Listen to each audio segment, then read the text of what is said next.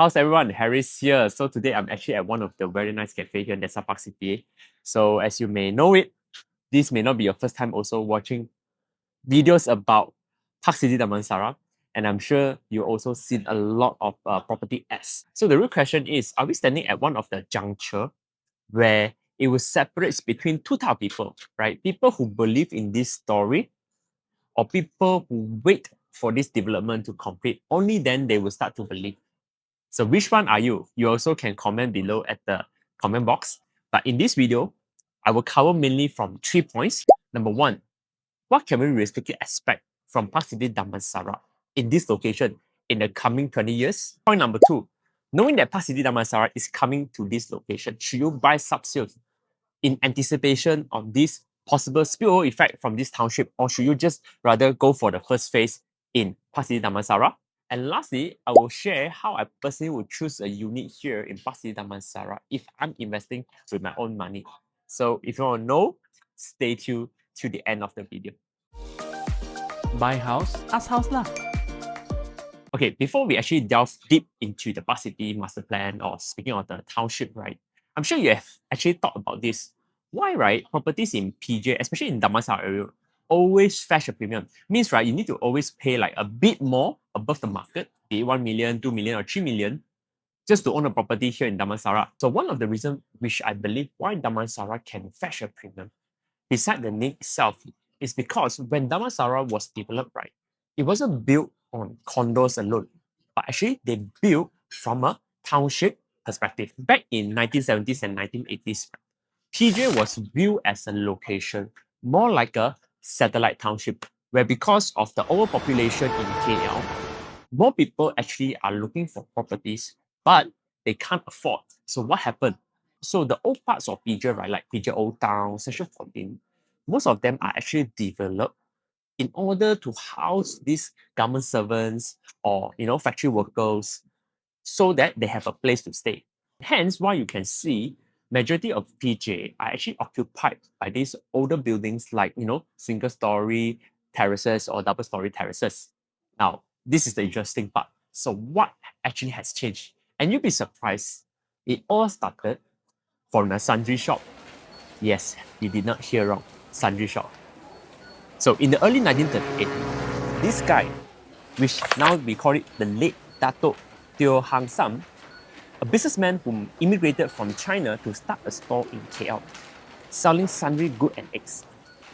And due to his success in the 1940s and 50s, he was touted as the rice king, becoming one of the largest importer of white rice in Malaysia and Singapore. So, as commodity trading is getting more and more volatile, he diversified majority of his money to real estate. In the mid to late 1970s, Dato Teo Han Sam founded or started Si Hoi Chan, who ended up purchasing or acquiring majority of the land in PJ, which was used to be rubber estate or plantation use, to now become a residential area. So as times go by, with more influx of new commercial buildings, corporate offices, it actually attracted a lot of working professionals, elites. As the influx of population getting more and more, it actually attracts the schools, the universities, the commercials, the medical centers, as well as highways. So as demand keep increasing, the property value as well. Seeing the success of the name, the other branch of the family actually launched Bandar Utama in the 1990s. And then came One Utama shopping mall. And well, the rest are history. So decades later, a lot of people start to realize, hey, actually, if I have Damansara name to my project, instantly it can sell better or at a higher price. And with that, right, more and more areas start to copy this and they start to rebrand. So this is where you see places like Kota Damansara, which was last time used to call as Persian Surian, slowly attracts more and more big-time developers like Sunway, LI to develop, as well as the Kota Damansara, which was last time used to call as Sungai Buloh, or some may call it Robert Research Institute land.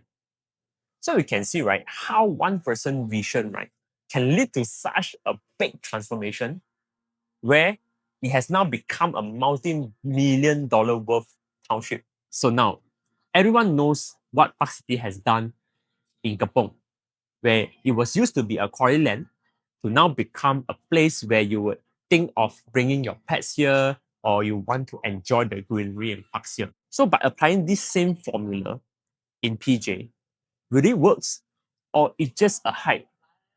So let's see. So in order to understand the location of ParkCity Damansara, I actually come to their sales gallery to look at their master plan based on the map itself. So let's check it out.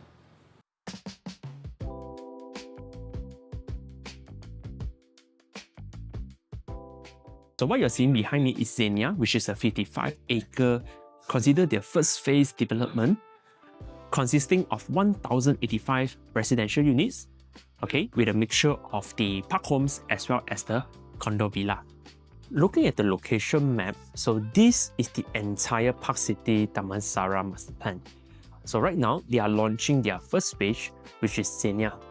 So just on this scale alone, right, you can see that it's very big, right? So compared to those pocket developments surrounding, you can see this is a township on itself.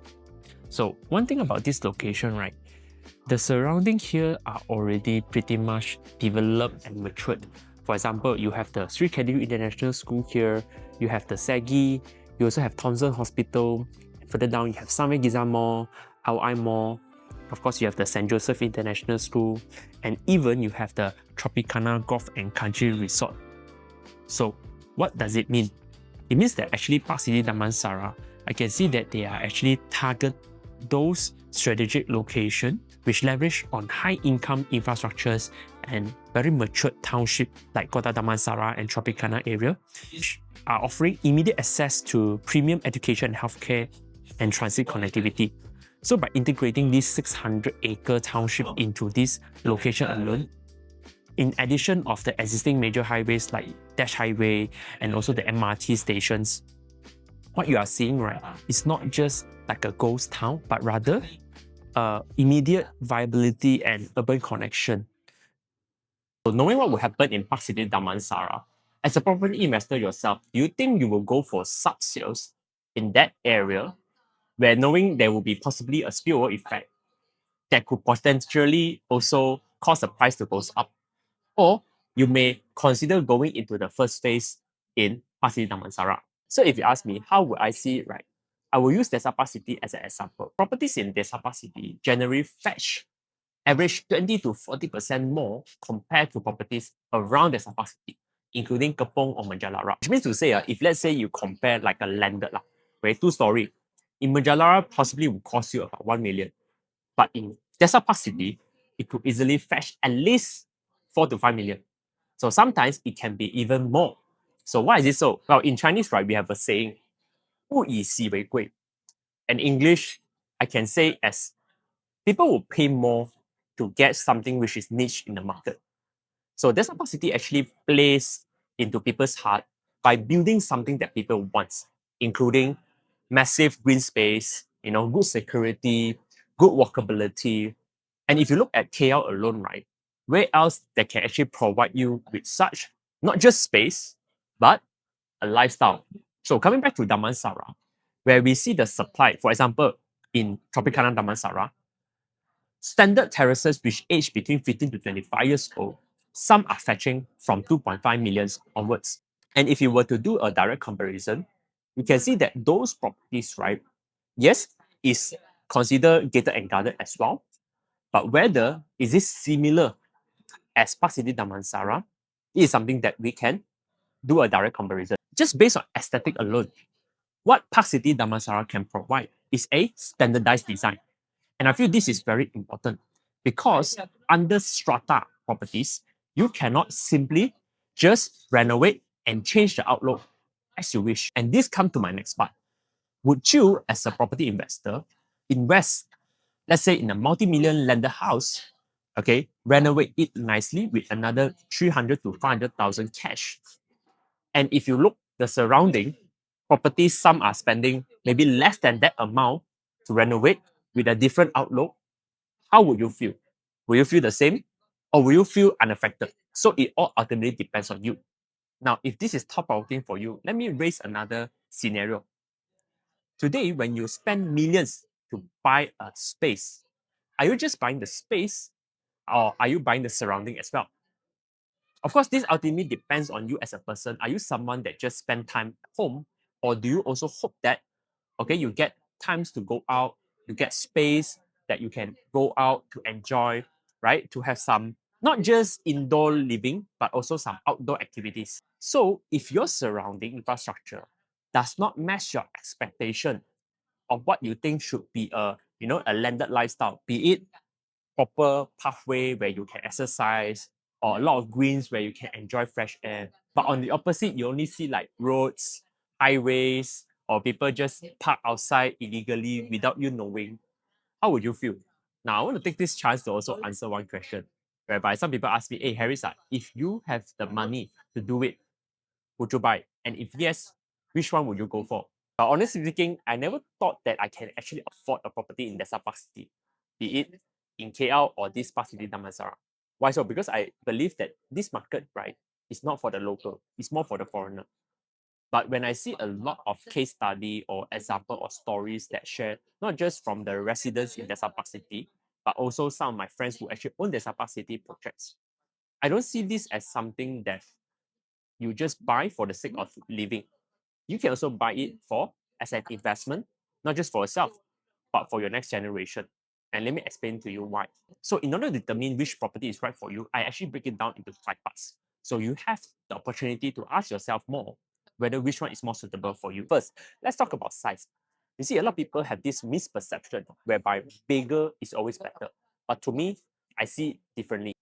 If you're going for the park homes, yes, you get the landed feel, right? You have your garden, you can do like a nice courtyard. I think this is ultimately why people actually go for landed.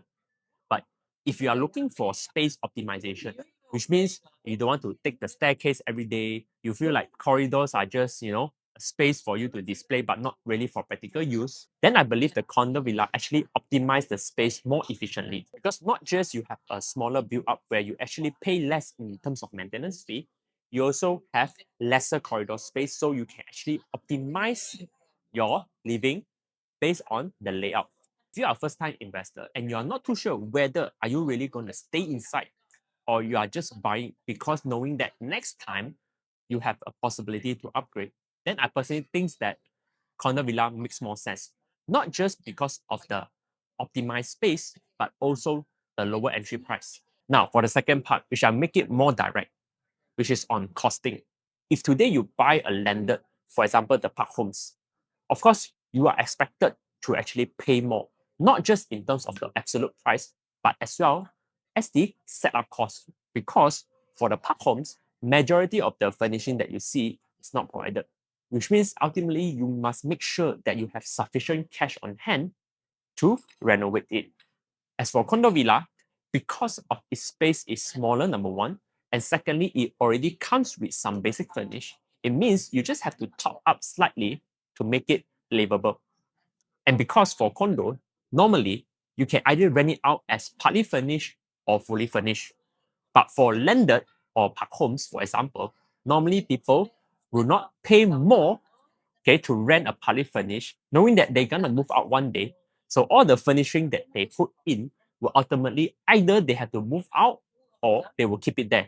So that's why for park homes, normally if you want to buy for investment and you plan to rent out, you have to be prepared, okay, to spend money to furnish it. Third part, which this is more to sentiment and your preference, which is facing. For park home, yes, you can get very nice greenscape, whereby just outside of your house, you will get a lot of space for greens or parks. But for condo villa, likelihood will be just your balcony space alone. So why facing in this case matters? Well, it all depends on you. Are you someone that like to step on the land, or you are someone that prefer to be on high ground with your own privacy? If you want to make a decision here, oftentimes it's very difficult because both are good. I believe if today you are buying for investment purpose, means you are not going to stay there just for the sake of keeping it or renting it out. Condo villa here will have some advantage. And the reason so is because if you look at DESAPARK City alone, majority of the premium price units oftentimes are units which with a good view. And this is a hint for you when it comes to making decision for your next property purchase here in Park City. Number fourth, which is lifestyle. You see, buying home, right, is not just for the space sometimes. You also have to spend time and money to maintain it. So if you are someone that is always on the rush, means you are always outside, and you don't know how long you will spend at home, then I personally think that condo villa will make more sense.